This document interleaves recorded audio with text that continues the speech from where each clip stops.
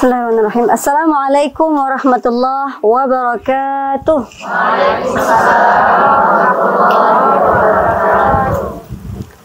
Alhamdulillah, alhamdulillahi rabbil alamin, wa bihi nasta'in ala umurid dunya waddin. Wassalatu wassalamu ala rasulillah alladzi la nabiyya ba'dah, amma ba'd. Para peserta Bunda Jabut yang dirahmati Allah, ya, alhamdulillah rabbil alamin, dengan taufik Allah kembali kita berjumpa di awal tahun 2023. Ya, alhamdulillah. Mudah-mudahan ada semangat baru. Nah, jadi mungkin alhamdulillah ibarahnya kita kemarin di tahun Hijriyah di bulan Muharram. Bulan berapa kemarin, Bu? Bulan Hijriyah? Bulan apa? Enggak, di bulan Muharram kemarin versi Masehinya bulan apa? Agustus ya? Ya, Agustus. Di bulan Agustus kan udah tajinin niat nih, udah buat planning, ya udah buat kira-kira akan ngapain tuh 1 tahun ke depan. Namun seandainya kabar tengah jalan ke lemes ya, jadi mungkin bisa mentajdid lagi di awal tahun Masehi ini. Ya, di awal tahun ini mudah-mudahan ada planning, ada rencana-rencana ke depan yang menjadikan kita lebih baik dari tahun sebelumnya. Baik. Apalagi Ibu-ibu, mungkin masing-masing bisa mentajdid niat ya, memperbaharui niat untuk kita belajar menghadiri majelis ilmu dalam rangka thalibul ilmi. Itu jangka pendek sekali, yang hari ini, pada saat ini. Nah, kemudian yang paling dekat adalah Ramadan, itu hanya tinggal tidak lebih daripada 90 hari lagi. Nah, ini persiapannya harus dari sekarang. Kalau sahabat dulu itu mempersiapkan Ramadan 6 bulan sebelum kedatangan Ramadan. Ini lagi biasa yang kita selalu ingatkan ya. Yang perlu cok baju baru, yang nak rencana gantung gorden baru, kemudian pulang, ya. Atau yang lebih penting, kira-kira mau sedekah untuk bukaan puasa berapa hari, ya. Kemudian mau siapkan tarawih berapa juz, pukul semalam si juz, qiyamnya, kemudian tarawihnya mau di mana. Nah, itu semua harus sudah ada perencanaan. Ya. Jadi beawai minta aja seragam le. Untuk menyisa ya, ini baru untuk sedekah. Jadi silakan buat planning dulu dari segi finansialnya, itu sedekahnya mau berapa Ramadan ini, tilawahnya mau berapa juz bulan ini, qiyamnya, tarawihnya, itu sudah bisa dibuat perencanaan. Nah, ya insyaallah. Oke. Karena nggak lama, ini sudah Januari ya, Maret. Hanya tinggal menunggu dilangkahi Februari kadro. Nah, ya baik. Insyaallah yang mentang Mbak Mubtadi baca Fathur Rahman, ayo semangat. Biar Ramadan ini lebih baik bacaannya. Oke, baik. Insyaallah hari ini kita lanjutkan tafsir kita, kajian tafsir kita pada surah Al-Fajr. Baik. Lama sekali kita di surah Al-Fajr ini ya. Ya, karena memang surahnya panjang dan pertemuan kita yang mungkin agak jedanya banyak gitu. Baik, insya Allah kita baca terlebih dahulu. Seperti biasa ya, kita mengambil berkah daripada ayat Al-Quran. Baik, saya baca terlebih dahulu, Ibu mengikuti. A'udzu billahi minasy syaithanir rajim.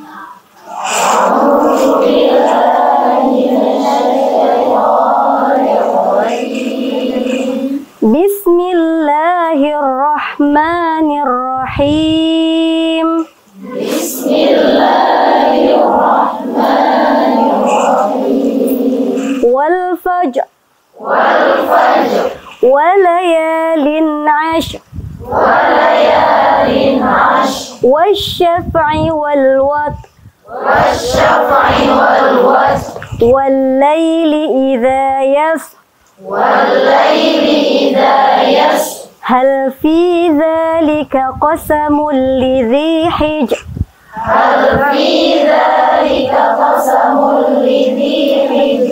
ألم تر كيف فعل ربك بعاد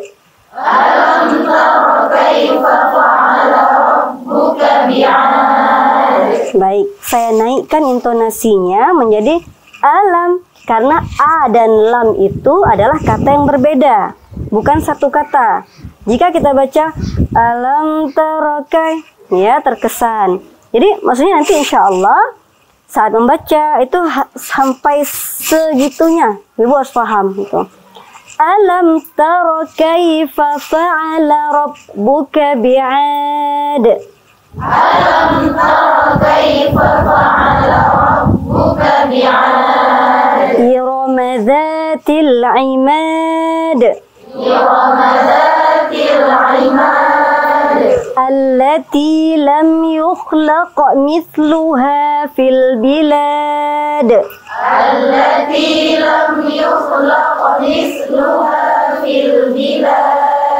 وثمود الذين جابوا الصخر بالواد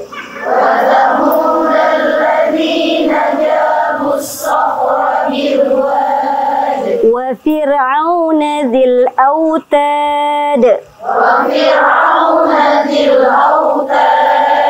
الذين طغوا في البلاد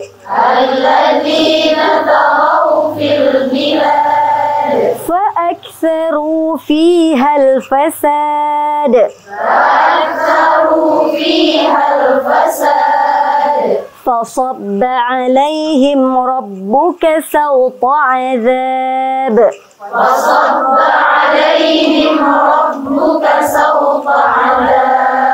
إن ربك لبالمرصاد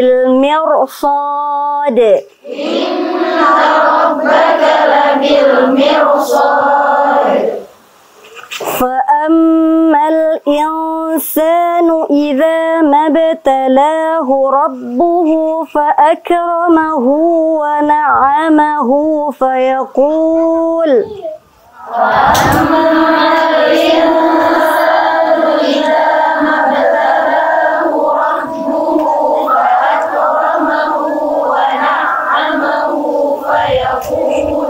فيقول ربي أكرمن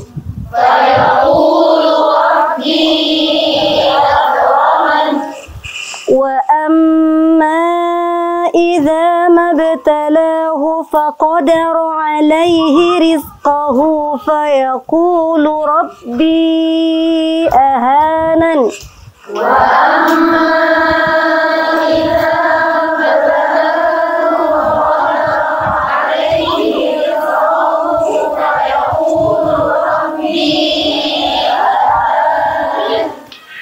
كلا بل لا تكرمون اليتيم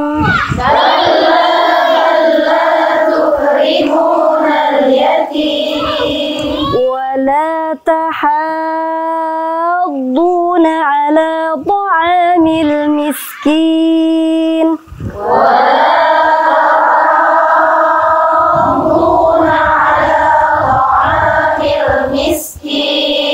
Berikan nabar pada wala tahadduna. Sekali lagi. Wala tahadduna ala ta'amil miskin. Wa ta'kuluna at-turasa aklan lamma. Wa ta'kuluna at-turasa aklan lamma. وتحبون المال حبا جما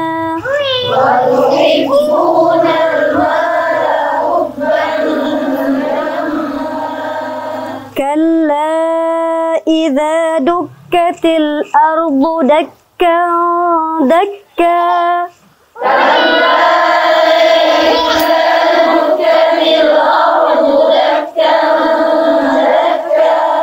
وجاء ربك ربك والملك صفا صفا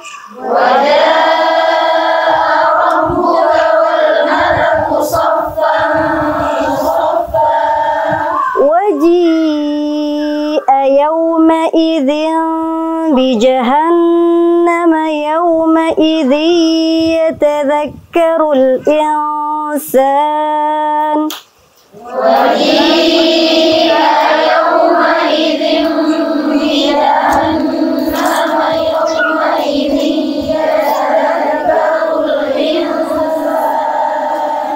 يومئذ يتذكر الإنسان وأنى له الذكرى يومئذ يتذكر الإنسان وأنى له الذكرى يقول يا ليتني قدمت لحياتي يقول يا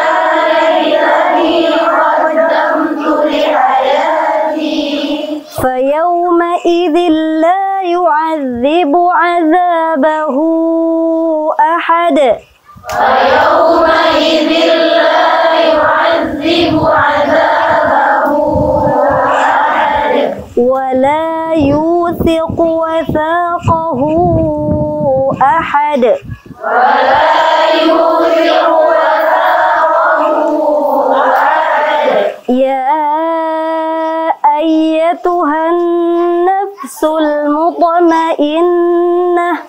يا أيتها النفس المطمئنة يا أيتها النفس المطمئنة يا أيتها النفس المطمئنة ارجعي إلى ربك راضية مرضية ارجعي إلى ربك راضية مرضية فادخلي في عبادي فادخلي في عبادي وادخلي جنتي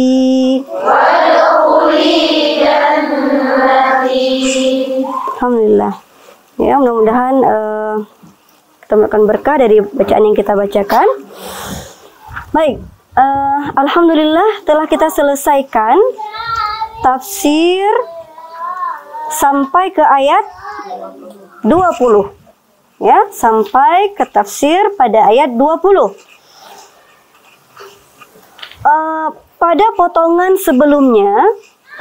sebelumnya dari ayat 17 sampai ayat 20 Allah telah menyebutkan beberapa sikap, beberapa sifat atau karakter yang tidak baik pada diri seorang manusia.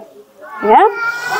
Di antaranya adalah ketika pada ayat 14 dan 15 manusia mengira bahwa takaran seorang manusia dianggap mulia ataupun hina, tinggi ataupun rendah itu adalah karena harta.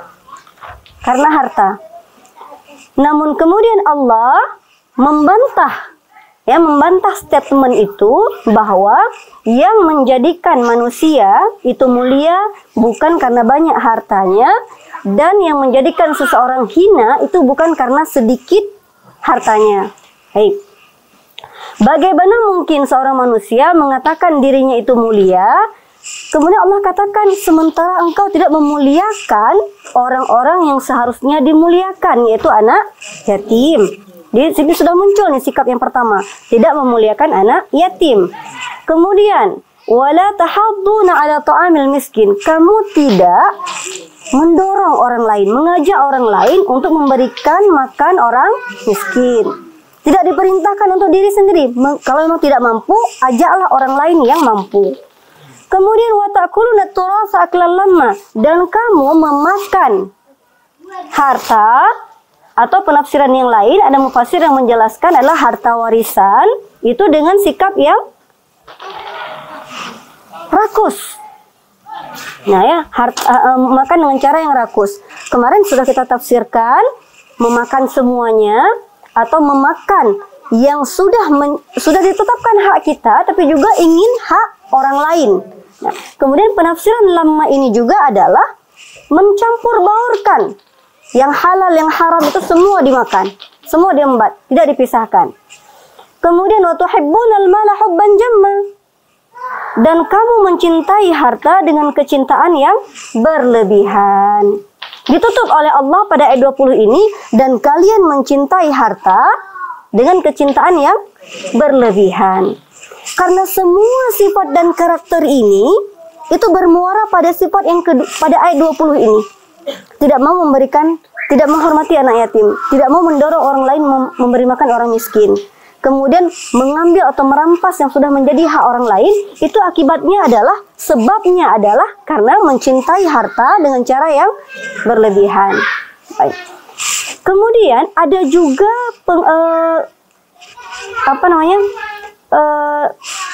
keterkaitannya dengan beberapa kaum yang Allah sebutkan di awal surah.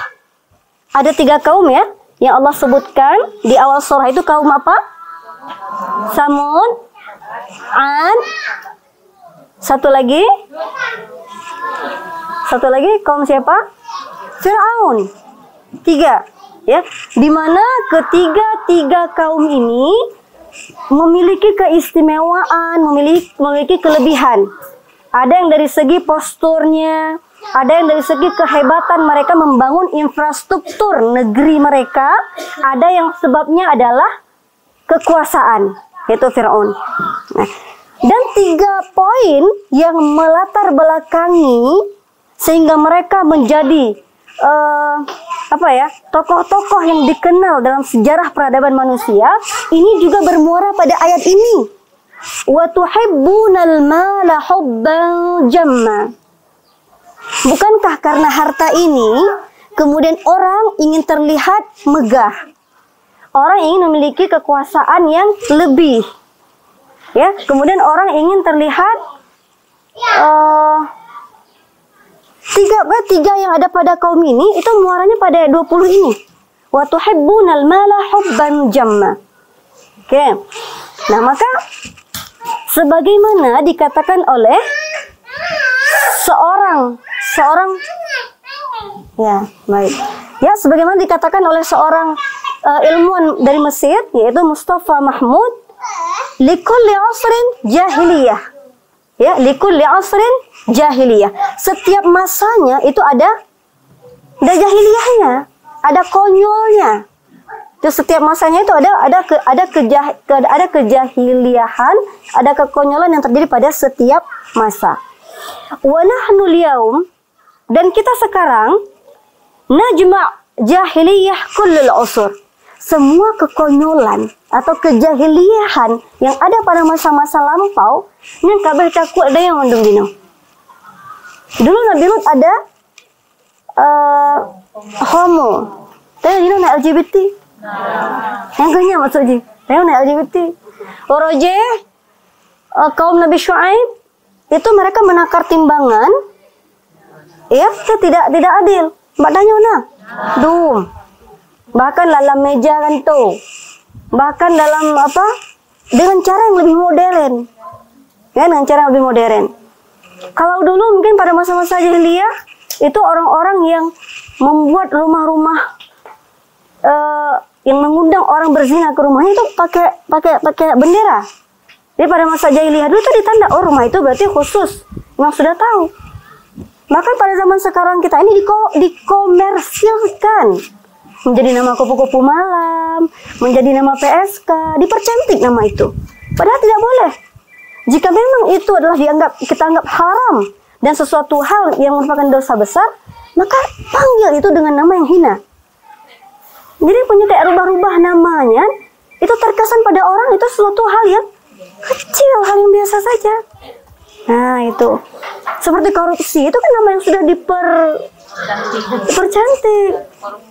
Ya, aja kan pencuri ya.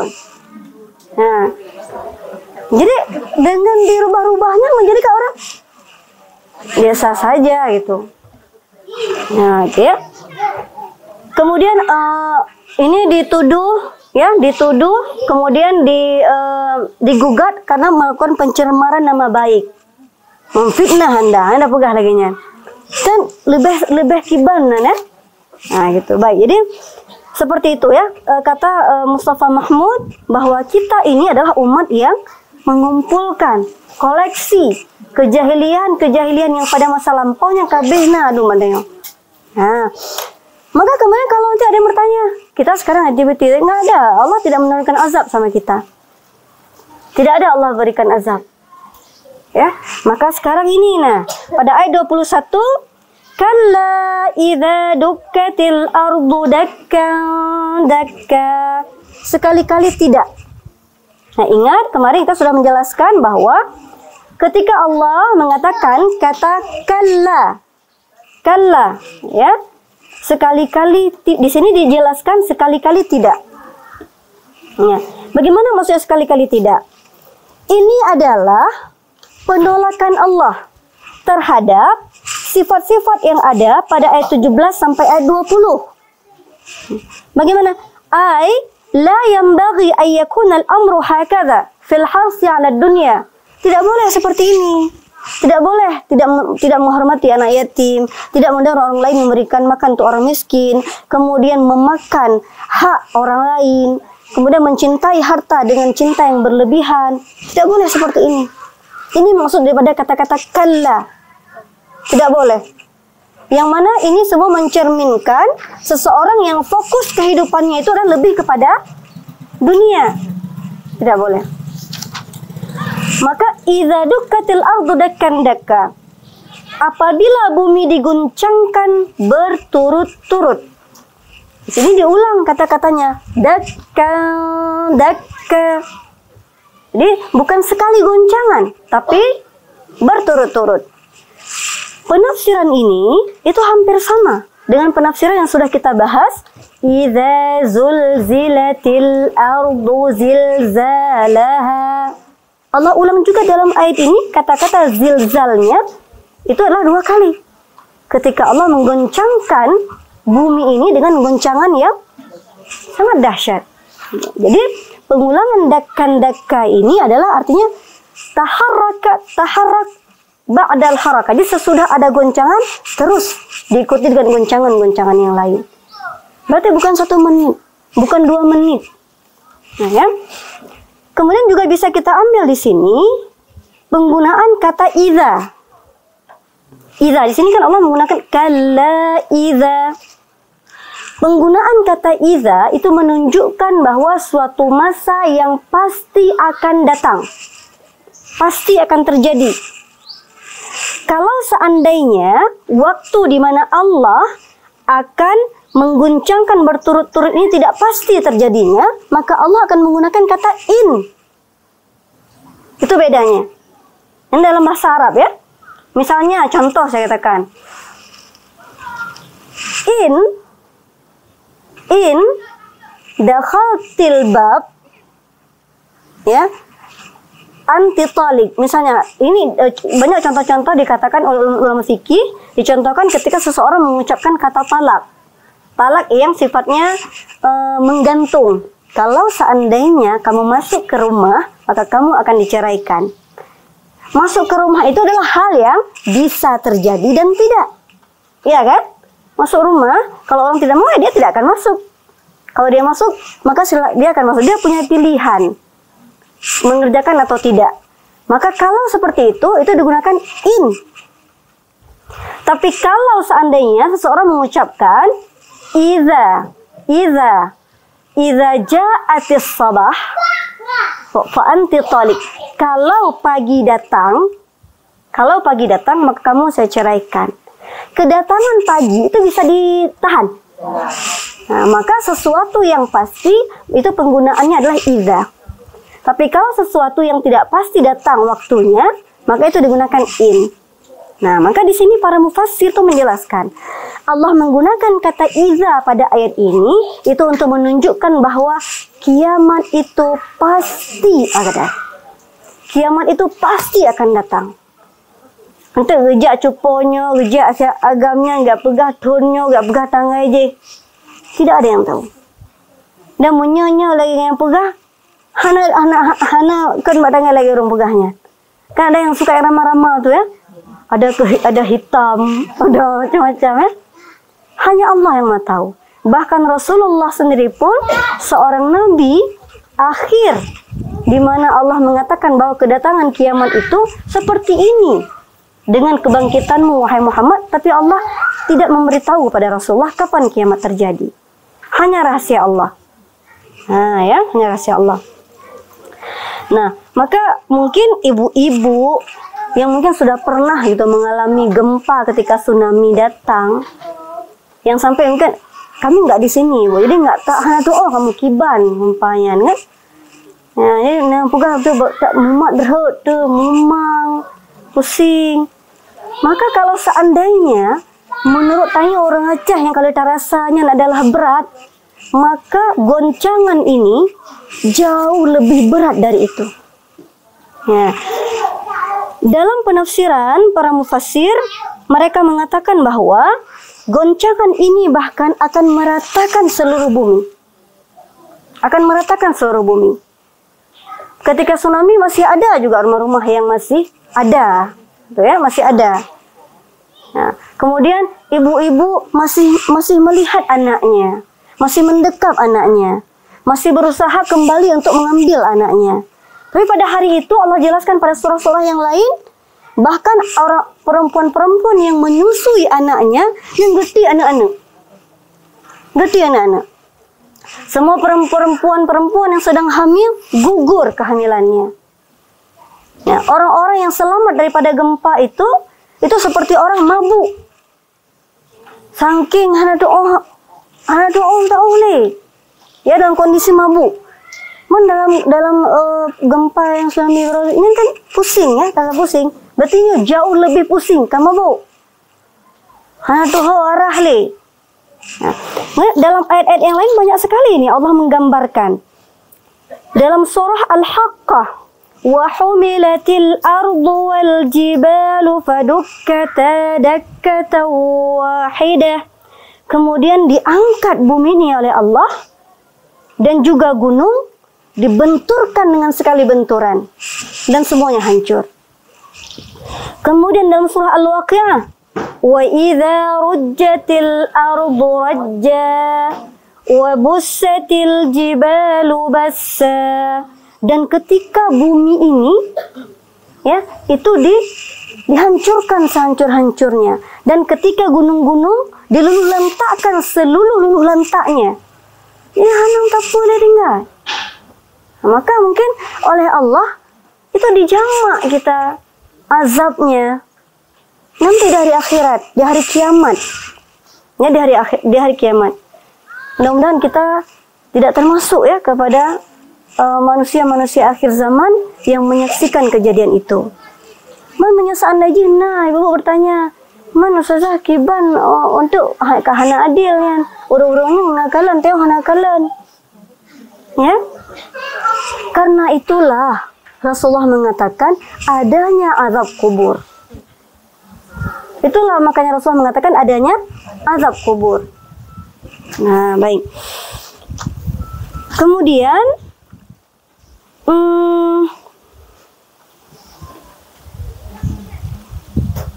baik. Nah, ketika di dunia, pada saat seorang manusia dalam kondisi sehat, kemudian dia memiliki apa yang dia inginkan, mungkin hana terasa tidak ada penyesalan, hana ingat kepada udah mendih lagi je. Hana tak ingat. Tapi di sini kemudian Allah gambarkan bahwa ketika datang 3 kondisi. Di antaranya kondisi yang pertama ini yang sedang kita bahas. Ya, ketika Allah mengguncangkan bumi ini dengan berturut-turut. Ya, gempa yang sangat dahsyat. Itulah kondisi yang pertama. Yang kamu mulai ingat. Contoh kita yang pegah gunung. Ini anak-anak hana tu mai bekele. Pupu yang hana tu mai bekele. Nah, itu yang pertama. Kemudian yang kedua, Wa jaa rabbuka wal malaku saffan saffa. Dan datanglah Tuhanmu dan malaikat berbaris-baris. Ya. Kita lihat ini kondisi yang kedua. Pada saat ini manusia itu sudah mulai sadar. Sudah mulai menginginkan seandainya. Ini pada kondisi yang kedua. Datanglah Tuhanmu. Bentar, saya lihat.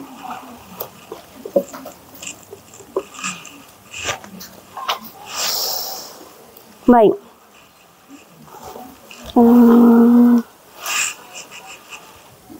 Okay. Dalam tafsir Imam Ar-Razi,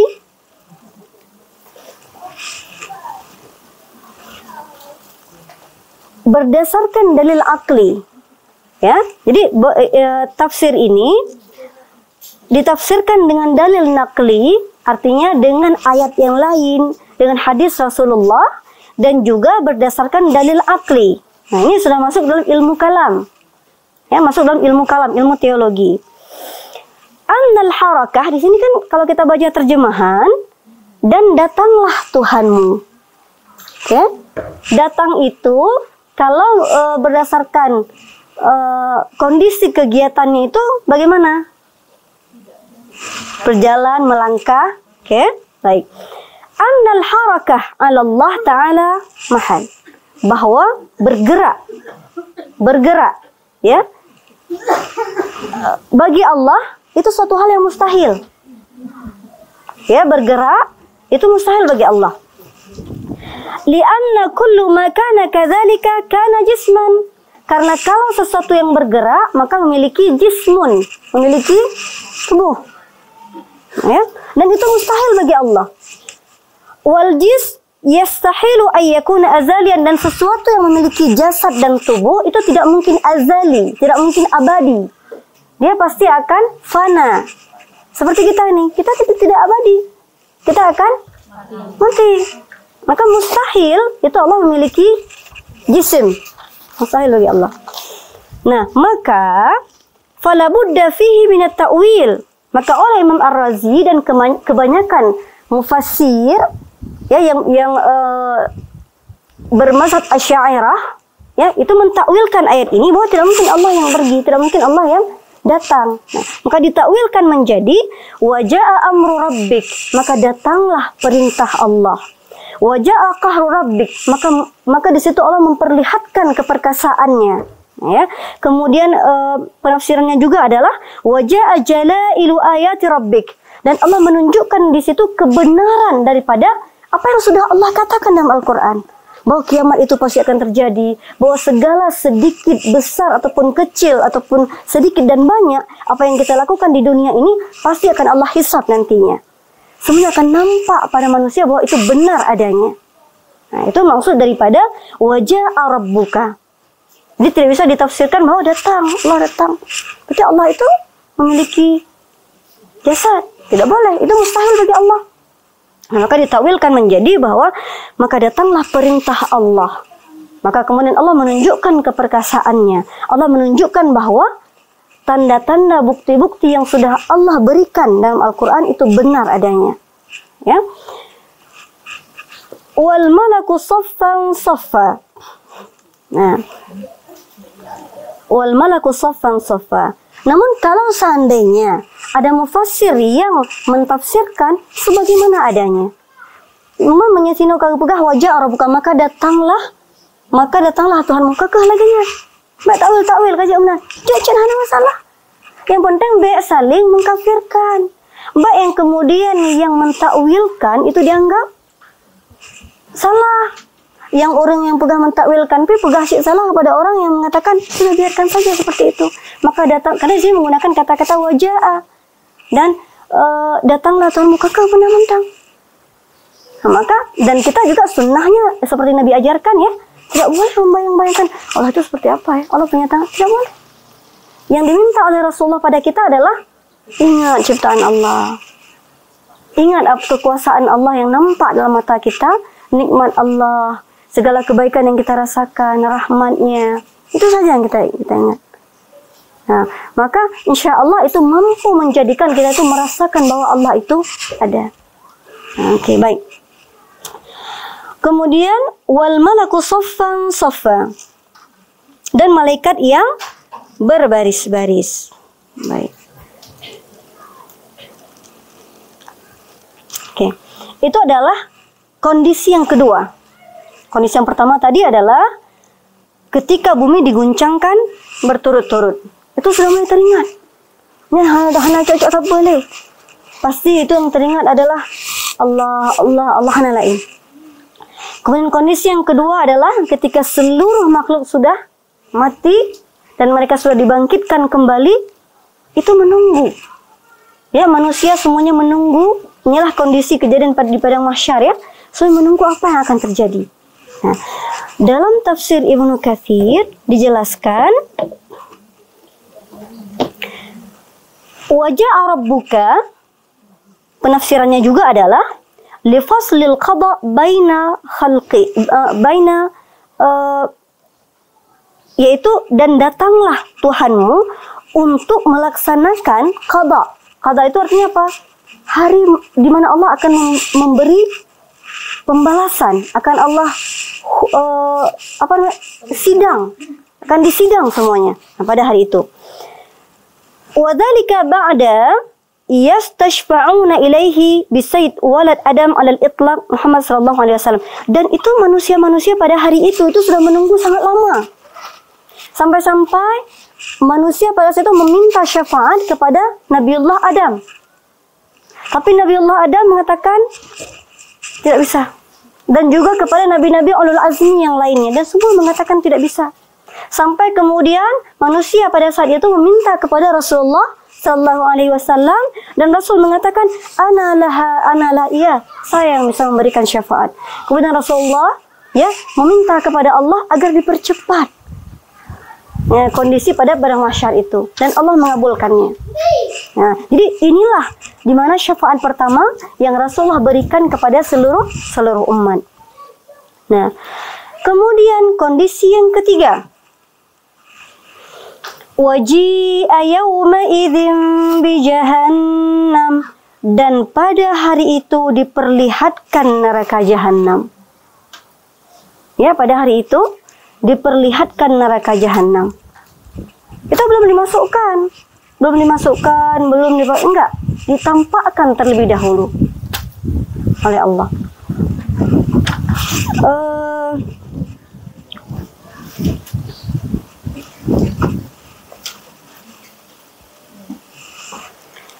Dari Ibnu Mas'ud qala Rasulullah sallallahu alaihi wasallam, yu'ta bi jahannam yawma idzin laha 70,000 zimam.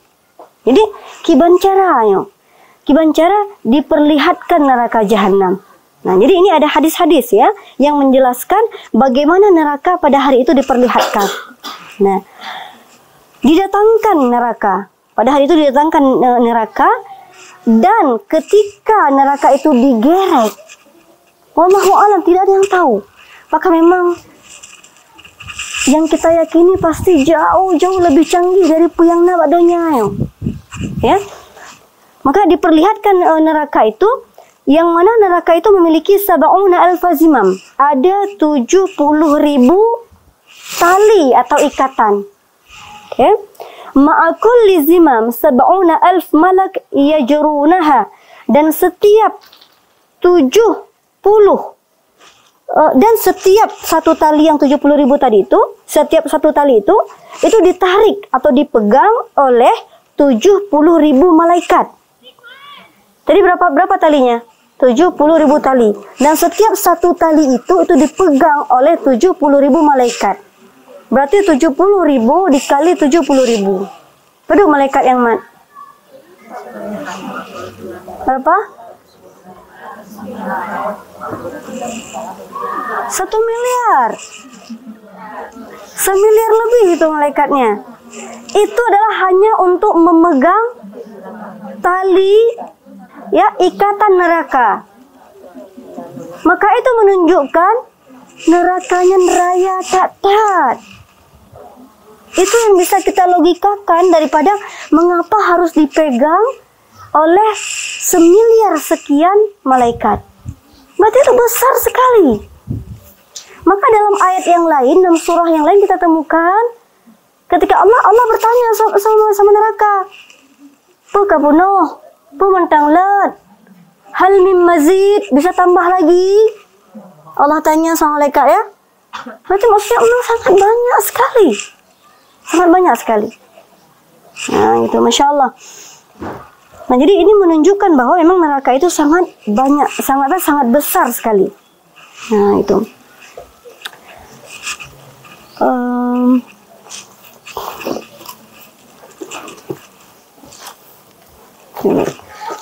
Maka Imam Qatadah mengatakan, apakah kalian, beliau mengatakan pada sahabat-sahabat beliau ya, apakah kalian sanggup bersabar dengan neraka ini?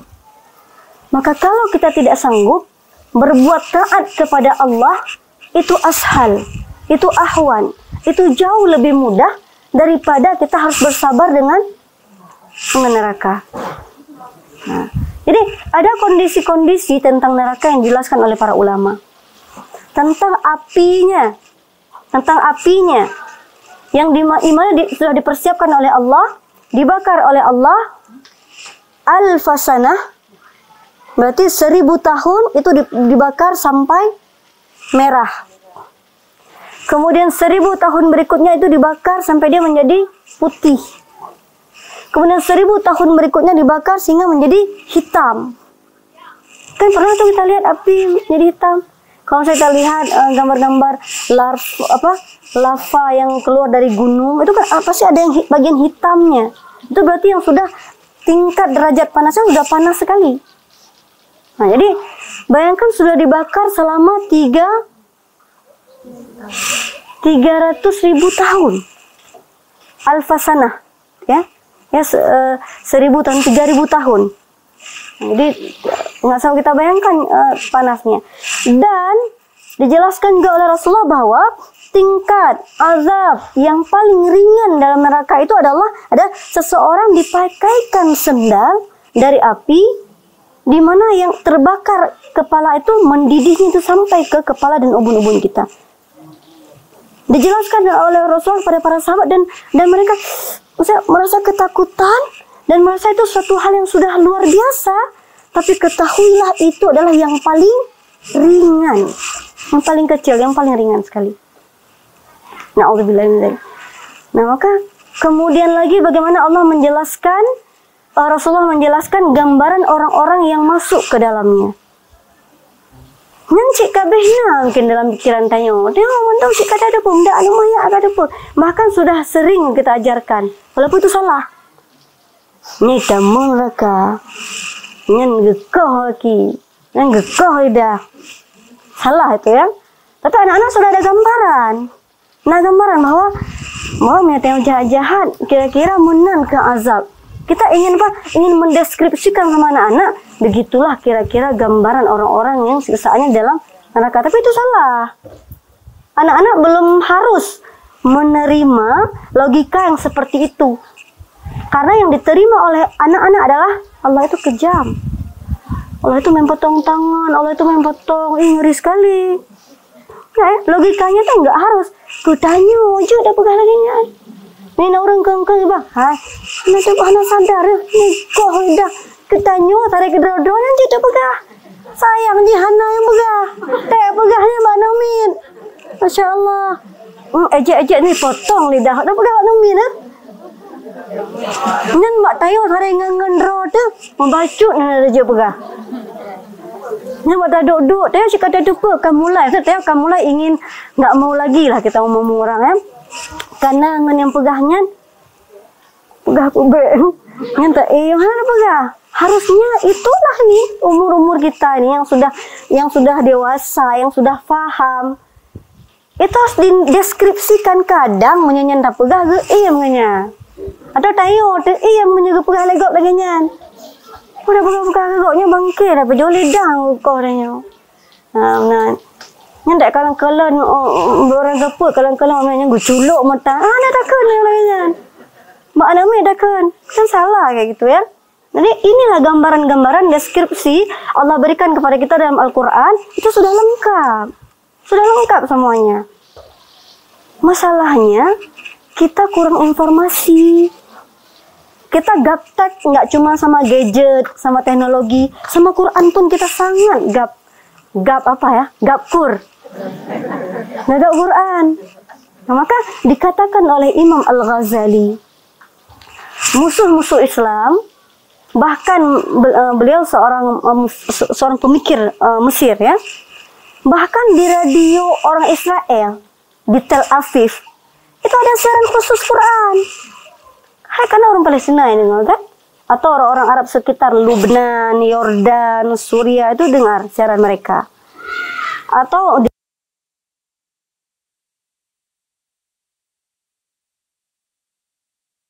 bahkan dibuatkan untuk anak-anak kita mainan-mainan yang ada Qur'annya di dalam, macam-macam siaran-siaran televisi, orangnya pegat. Kenapa? Mereka tahu orang Muslim di masa ini nggak tahu tentang Quran. Jadi ketika awaknya siarkan Quran itu nggak berefek apa-apa sama kita yang dengar. Tapi kalau pada masa-masa dulu itu, ketika mereka dengarkan Quran, mereka diberitahu majelis-majelis itu, Masya Allah, terus akan langsung membangun semangat mereka tentang keagamaan yang baik. Aja awalnya hanaya, ndak ipu deh Quran-Quran, mbak siaran-siaran mereka, Muslim nggak paham. Bahkan mereka tidak mau untuk mengamalkan Quran, tidak sibat mereka dengan hukum halal dan haram yang Allah berikan dalam Al-Quran. Kita harus ini mengakui itu. Kita gapkur nih, gap Quran. Maka kita harus ada pelajaran untuk diri sendiri. Oh, tentang neraka-neraka ini, apa ya informasi-informasi yang Allah gambarkan dalam Al-Quran? Ya. Oh, minumannya itu nanah. Kemudian makanannya itu berduri. Kemudian bahkan di dalam neraka itu orang-orang yang sudah masuk di dalamnya itu diboikot sama Allah. Diboikot sama Allah. Mereka bertanya, mereka berkata kepada Allah, ya Allah, sampai kapan gitu ya? Sampai kapan? Lalu malaikat menjawab, kalian kekal di dalamnya.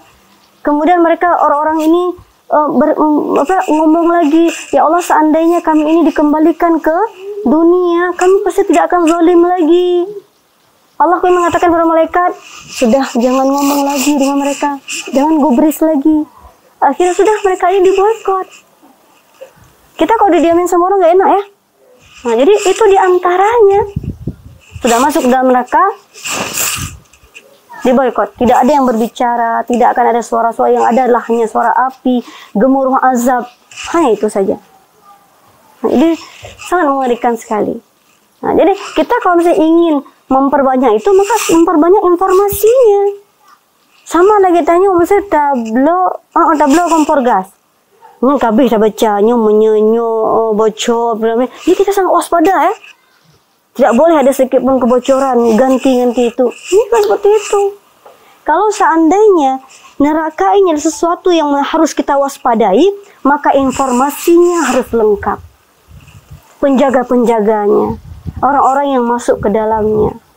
Kemudian tingkatan-tingkatan pintunya. Dulu ketika kajian Osha sudah pernah itu kita jelaskan. Ketika malaikat Jibril datang kepada Rasulullah SAW dan menjelaskan tentang neraka, dan malaikat Jibril mengatakan bahwa neraka-neraka itu ada pintu-pintunya, wahai Muhammad. Kemudian dijelaskan pintu yang paling atas siapa, pintu kedua, sampai kemudian malaikat Jibril berhenti pada pintu ke-6 karena merasa malu, merasa segan pada Rasulullah SAW karena ingin menjelaskan pintu ke-7. Apakah engkau tidak akan menjelaskan kepadaku tentang pintu ke-7, wahai Jibril? Ya, kata Rasulullah. Dan Jibril mengatakan, sesungguhnya pintu ke-7 itu akan dimasuki oleh umat-umatmu yang bermaksiat, wahai Muhammad. Nabi langsung pingsan. Pingsan Nabi. Sayang sekali Nabi kita. Langsung pingsan dan kemudian Jibril langsung memangku kepala Rasulullah sampai Rasulullah sadar dari pingsannya.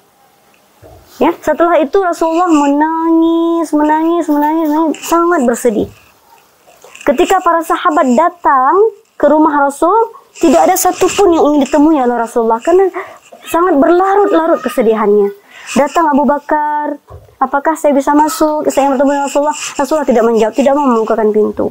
Datang Umar juga seperti itu. Rasul menangis terus. Datang Salman juga seperti itu. Sampai Salman, "Ana berdoa kali kah?"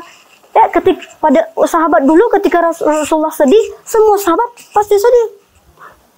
Salman sama sekali datang ke rumah Fatimah, putri beliau. "Wahai Fatimah, Rasulullah sudah lama tidak keluar.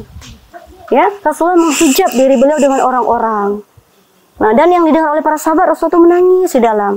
Maka datang Fatimah memakai pakaian luarnya. Beliau memberikan salam, ingin berjumpa dengan Rasulullah. Rasulullah melihat, ini putriku, tidak mungkin aku tidak beri masuk Fatimah. Dan Fatimah melihat Rasulullah itu menangis, ya, dan nampak muka beliau sudah putih, kuning, pucat sekali. "Apa yang menjadikan engkau begini, wahai ayahku?" Maka diceritakan oleh Rasulullah bahwa aku sangat sedih sekali. Ya, ternyata di pintu ke-7 daripada neraka itu akan dimasuki oleh umatku yang melakukan maksiat. Nah, walaupun nanti ada kabar baiknya bahwa tidak dibelenggu, kemudian matanya itu tidak sampai hijau, itu diberikan. Tapi Rasulullah sangat sedih sekali. Ya, tajak tanya, kunan tata jauh. Iya kan, Nabi sangat sedih ketika tahu informasi bahwa di antara calon-calon penghuninya itu kita. Balon kali ya, bakal calon. Atau entah balon, entah calon. Mungkin kalau udah dekat sekali calon gitu ya. Kalau masih jauh balon. Jadi Masya Allah, Rasulullah aja sangat sedih. Tapi kita, Masya Allah, kadang sadar atau tidak, kita memburu pintu ke-7 itu. Na'udzubillah min dzalik. Nah, maka begitu pula ketika di padang mahsyar, ketika para nabi yang lain juga tidak mampu memberikan syafaat, itu masing-masing nafsi-nafsi, tapi Rasulullah itu masih mengatakan, Rabbi ummati, umatku. Sayang sekali, ya, cinta sekali Rasulullah kepada kita umatnya. Nah, baik. Kemudian perihal tentang di mana Allah menampakkan perkara neraka ini kan bukan pada hari kiamat saja, ketika manusia sudah dibangkitkan, tidak. Di dalam kubur pun Allah menampakkan neraka ini. Sebagaimana Utsman radhiyallahu anhu ketika duduk di atas sebuah kuburan dan beliau menangis, ditanya oleh para sahabat yang lain, "Kenapa wahai Utsman?" "Sesungguhnya aku mendengar Rasulullah mengatakan, jika seandainya di dalam kubur ini, ya, mudah baginya, maka Allah akan memudahkan jalan berikutnya. Tapi jika seandainya seseorang tidak mampu melewati azab kuburnya, atau yang ditampakkan oleh Allah adalah neraka jahanam, maka selanjutnya itu jauh lebih sulit." Jadi neraka ini sudah ditampakkan oleh Allah sejak di dalam kubur. Nah, tapi Rasulullah memberikan kabar-kabar baik, ya. Salat, puasa, bacaan Quran kita, itu menjadi cahaya di alam kubur. Itu kabar baiknya bagi kita. Nah, kemudian Yawma idzi yatadhakkarul insanu wa anna lahu dzikra. Dan pada hari itu sadarlah manusia. Ya, Yawma idzi yatadhakkarul insan. Pada saat itu sadarlah manusia. Wa anna lahu dzikra. Kepulauan. Ya. Tetapi tidak berguna lagi baginya kesadaran itu. Nah, ini. Maka itu sudah menjadi sebuah statement, ya. Penyesalan itu selalu di akhir. Tapi Allah sudah bilang, ya, bahwa ketika sudah terjadi 3 hal ini, 3 kondisi ini, ketika Allah mengguncangkan bumi berturut-turut, ketika kemudian Allah dan para malaikat ya datang untuk melaksanakan hisab. Kemudian ketika Allah tampakkan neraka, pada saatnya itu manusia sadar, dan kesadaran manusia pada hari itu tidak berguna lagi. Nah, kita lihat penafsirannya. Penafsiran yang pertama, annahu yatadhakkar ma farata fihi li'annahu hina kana fid dunya kanat himmatuhu tahsilud dunya. Bahwa dia, ini kan dibilang tadi pada hari itu manusia sadarlah manusia. Yatadzakkar itu artinya sadar, mengingat, mengambil pelajaran. Itu sinonim dari kata-kata yatadzakkar. Maka zikir itu kan 3 huruf dia, za, ka, dan ra. Itu dari fiil itu, dari huruf-huruf itu. Yaitu sinonimnya adalah sadar, mengingat, kemudian apalagi sadar, mengingat, apalagi yang sama sinonimnya mengambil pelajaran. Ya, itu dia tazakkar. Dia mengingat apa yang sudah berlalu. Ya, yang sudah berlalu selama dia di dunia. Ternyata apa yang dia lakukan adalah tahsilud dunia, hanya untuk mengejar dunia saja. Ingat, dia menyesal ya. Dia hanya kerja. Dia hanya memikirkan dunia saja. Menyesal. Ya, sadar dia, sadar. Summa innahu fil akhirah yatadzakkar anna dzalika kana dhalalan. Baru kemudian dalam kondisi ketika dia sudah di alam akhirat, baru dia faham, baru dia sadar bahwa itu adalah salah. Itu yang pertama. Wa kana al-wajib alaihi, tapi seharusnya yang harusnya dia lakukan adalah himmatuhu tahsilul akhirah. Keberadaan dia di dunia ini adalah untuk menghasilkan akhirat, yang pada saat itu dia sudah tidak berguna lagi kesadarannya. Baik. Kemudian yang kedua, yatadzakkar ya, yang dimaksud dengan sadar di sini adalah mengambil pelajaran atau menganggap bahwa dunia ini hebat, jauh lebih berarti. Nah, tapi kemudian ketika dia merasakan alam akhirat, baru dia merasakan ternyata alam akhirat inilah yang jauh lebih utama. Kemudian yang ketiga, yatadzakkar bermakna yatub. Dia baru ingin bertaubat. Yang pada saat sudah nampak 3 hal ini, baru dia ingin bertaubat. Ini diriwayatkan daripada Hasan. Nah ya, baru dia ingin bertaubat. Di mana taubatnya sudah tidak berfungsi lagi. Nah, jadi dalam sebuah majelis para sahabat, ada di antara para sahabat yang mengatakan, aku pernah mendengar Rasulullah bahwa taubatnya seseorang itu diterima oleh Allah sampai setengah hari sebelum dia meninggal. Nyendu rame-rame para sahabat.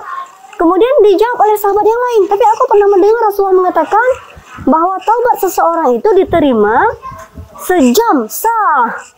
satu jam sebelum dia meninggal.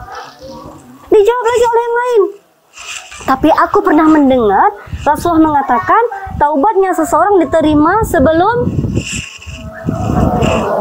sampai nyawa seseorang di tenggorokannya. Jadi berarti 3-3-nya ada Rasulullah mengatakan. Dan kita mengambil yang paling sangat dekat dengan sebelum ajal atau kematian seseorang datang. Nah, jadi sudah tidak berguna lagi. Sudah tidak berguna lagi. Kan kayak mana? Mau ada onde ha? Ada onde ya? Ah, benar. Tapi itu sudah terjadi. Sudah terjadi.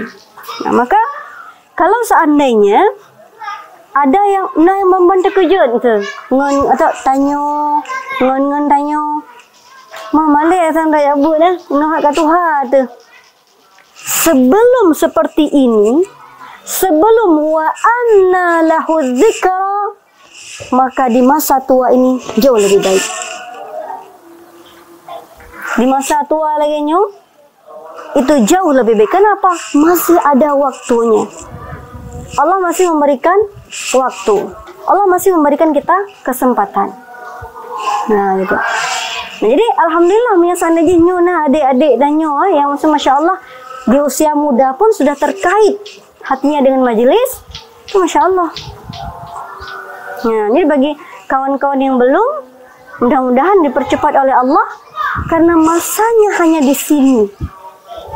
Ketika seseorang mengharapkan dia taubat, seringnya kita baca hadis ataupun ayat-ayat Allah di mana orang-orang meminta kepada Allah agar dibangkitkan kembali. Mereka pengen sedekah, mereka pengen amal salih, mereka nggak mau mengulangi kezaliman mereka. Itu sudah nggak berguna. Dan ketika digambarkan tentang orang-orang yang dimasukkan oleh Allah dalam neraka dan mereka menangis, dikatakan oleh Allah, betapa indahnya kalau seandainya tangisan itu dulu ada di dunia, bukan di sini, kata Allah. Nah, itu. Jadi menyatanya lagi yang tidak begah. Daripada malai anda singa, gak malai sana. Daripada dari pekan begitu, gak ada pekan. No. Nah. Baik.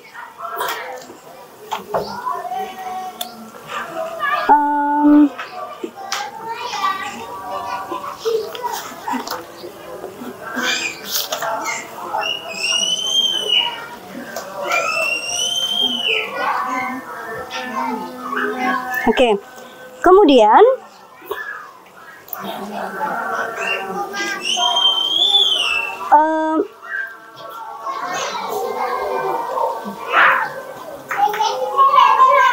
di sini ya, di ayat ini dikatakan pada hari itu sadarlah manusia, ya, yauma idzi yatadzakkarul insan, dan tidak berguna lagi baginya kesadaran. Nah, apa kata orang-orang yang menyesal ini? Ya, apa kata-kata mereka yang menyesal?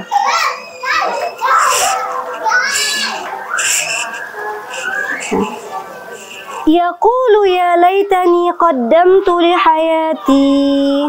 Orang yang merasa bahwa sadarnya itu terlambat, itu mereka mengatakan, alangkah baiknya sekiranya dulu aku mengerjakan kebaikan untuk hidupku ini.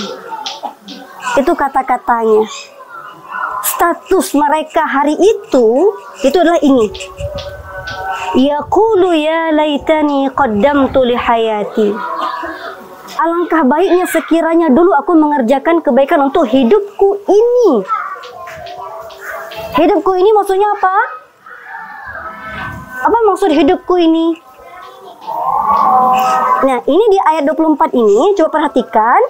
Li hayati man asli. Hayati menunjukkan hidup kepunyaanku. Dan pada saat mereka mengatakan ini, kondisi mereka adalah di alam akhirat. Ya, kondisi mereka di alam akhirat. Baik. Mereka menyesal apa yang telah mereka lakukan, yaitu maksiat-maksiat, kalau kata-kata ini diucapkan oleh seorang ahli maksiat. Ya, yaqulu ya laitani qaddamtu li hayati. Mereka menyesal dengan maksiat-maksiat yang mereka lakukan kalau dia adalah seorang maksiat. Nah, kemudian bagi orang-orang yang selama hidup di dunianya beramal salih, mereka mengatakan kata-kata ini, maksudnya apa? Alangkah baiknya kalau seandainya aku tambah lagi. Bahkan orang yang berjihad, syahid fisabilillah, itu juga ingin dibangkitkan oleh Allah berjihad lagi. Itu yang sudah pahalanya sudah paling tinggi. Syuhada. Ya. Nah, jadi kalau seandainya dia adalah ahli maksiat, dia ingin dibangkitkan lagi, dia ingin berbuat baik. Dan kalau orang yang semasa di dunia adalah amal solihnya baik, dia ingin tambah amal baik itu. Nah, kemudian ada indikasi yang sangat bagus dari ayat ini. Baik.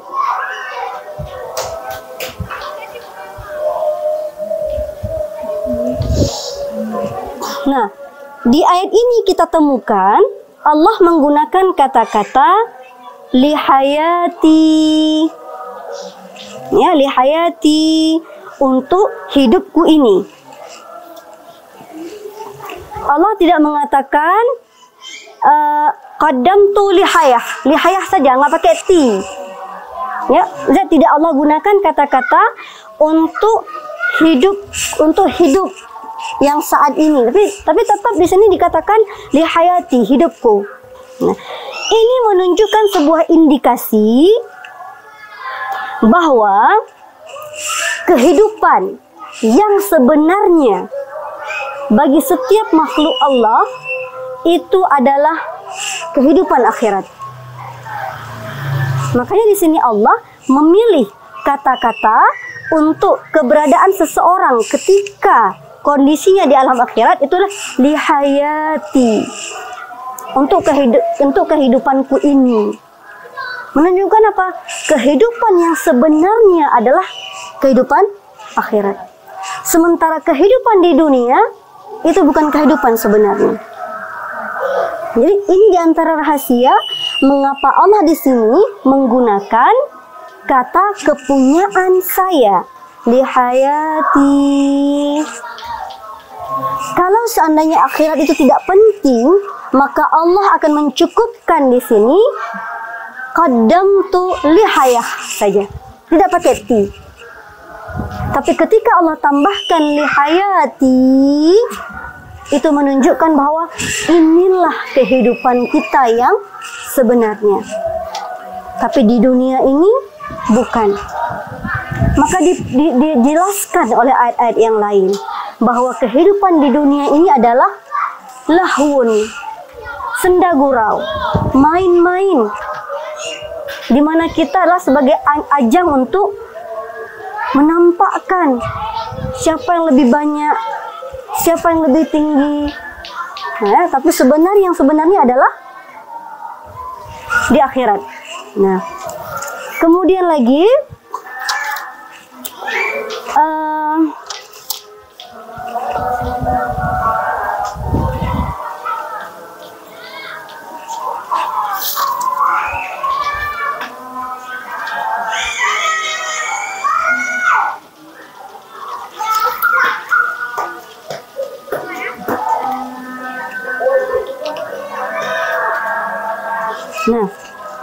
Nah, jadi kan cita-cita atau impian setiap kita itu pasti adalah surga. Itu pasti ya. Dikatakan di sini lihayati, yaitu untuk kehidupanku ini menunjukkan bahwa ahli neraka, ahlun nar, ka'annahu la hayata lahum. Itu seakan-akan tidak ada kehidupan bagi mereka di alam akhirat. Nah, banyak dijelaskan ulama dalam ayat-ayat yang lain. Fa inna lahu jahannam la yamutu fiha wa la yahya. Orang-orang yang masuk ke dalam neraka itu tidak mati dan juga tidak hidup. Di ayat yang lain, wa yatajannabuhal ashqa. Ya, kebaikan itu alladzi yaslan narul kubra thumma la yamutu fiha wa la yahya. Kondisi orang-orang di dalam neraka itu adalah la yamutu fiha wa la yahya. Tidak hidup dan tidak mati. Azab selalu, azab. Belum selesai azab ini, ketika sudah hampir mati, diazab lagi. Maka mereka diibaratkan tidak hidup dan tidak mati. Tapi orang yang masuk ke dalam surga, mereka lah sebenarnya orang-orang yang memiliki kehidupan. Maka alangkah indahnya kalau seandainya aku di dunia dulu melakukan sebuah amalan yang menyelamatkan aku daripada neraka, sehingga aku menjadi orang yang benar-benar hidup di alam akhirat, yaitu menjadi penghuni surga. Jadi karena kehidupan itu yang benar-benar itu hanya dimiliki oleh penghuni surga. Penghuni surga itu tidak tidur, Bu, ya. Tidak tidur dalam surga. Hana tengok, hana dapat dalam surga. Nyarogo. Si klep mendadak klep ini rugi sekali karena keindahannya luar biasa. Itu dijelaskan oleh hadis Rasulullah bahwa ahli surga itu tidak tidur. Orang-orang yang masukkan dalam surga itu tidak tidur. Maka silakan mau cari supaya kita termotivasi. Ada apa sih di surga? Kiban bokaya, kiban sofanya bagaimana, dispensernya bagaimana. Kita kan yang suka pernak-pernik ini harus tahu. Dispenser dia kiban, kamar di sana bagaimana, gelas-gelasnya dari apa, sendok tempat makannya, pelayan-pelayannya. Nggak perlu bayar, gratis. Ya, jadi itu semua kita harus ada info. Sama seperti impian kehidupan kita di dunia ini. Kita pengen punya sofa yang bagus, pengen rumah yang baik, ada yang membantu kita sehari-hari. Nah ya, itu semua ada dalam surga. Dan kalau kita menyangka keindahannya seperti itu, tapi jauh lebih indah dari apa yang kita bayangkan. Neraka juga seperti itu. Kalau kita pikirkan, iya berarti ngeri lagi kan? Tapi yang sebenarnya jauh lebih ngeri dari apa yang kita bayangkan. Nah itu ya. Na'udzubillah summa na'udzubillah. Baik. Mungkin kita cukupkan sampai ayat 24 saja. Ayat 24 saja. Insyaallah.